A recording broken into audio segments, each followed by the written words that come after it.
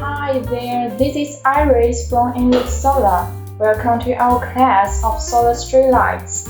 Recently, many people asked me about advantages of solar streetlights, so today we will discuss about it.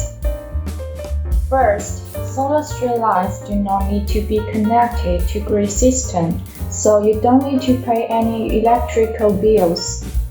Second, the solar streetlight is a standalone system which can be installed any places where sunshine can cover without limitation by the grid system layout.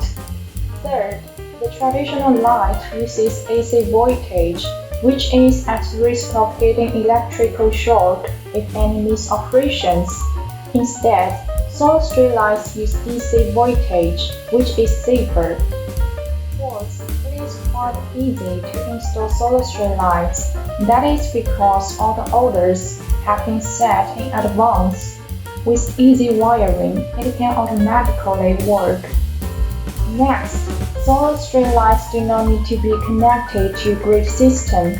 It does not need to be buried underground, which is cost-effective and time-saving.